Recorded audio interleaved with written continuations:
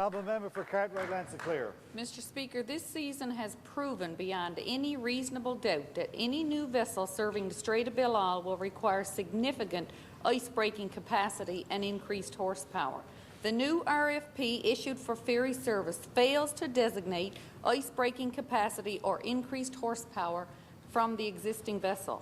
I asked the Minister, knowing the challenges with ice facing the present ferry service, June yesterday, she was still not crossing because of ice. Why did the RFP go forward without specifying A1 ice class and increased horsepower? The Honourable Minister of Transportation and Works. Thank you, Mr. Speaker. Mr. Speaker, I suggest you read the RFP again, because in the RFP it states that the vessels will be icebreaker class right in the RFP. So I'm not quite sure what the member across the way is talking about. It specifies that right in the RFP.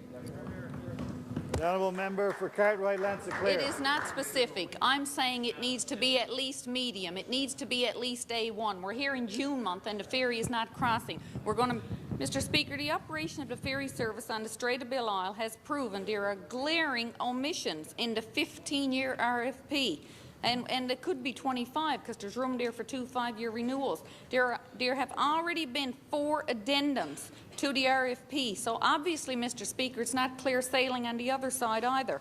So I asked the Minister, knowing that those same ice conditions will persist in the future, what assurance can you give the ferry users that the RFP will address the challenges being faced? Because there is nothing specific there. It's very vague.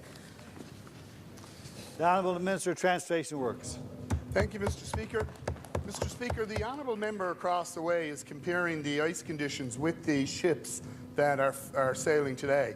And if those ships, if we felt they were capable of the weather that's changing as it is, then we wouldn't put out an RFP for new ships.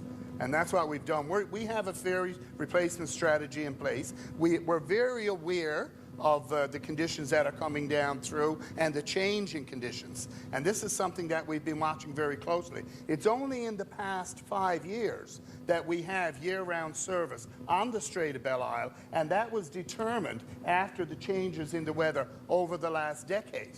So I'm not quite sure how she can dictate what the weather is going to be like for the next decade. It's something that we watch very closely. And in the new RFP, we've addressed all of that. Order, please.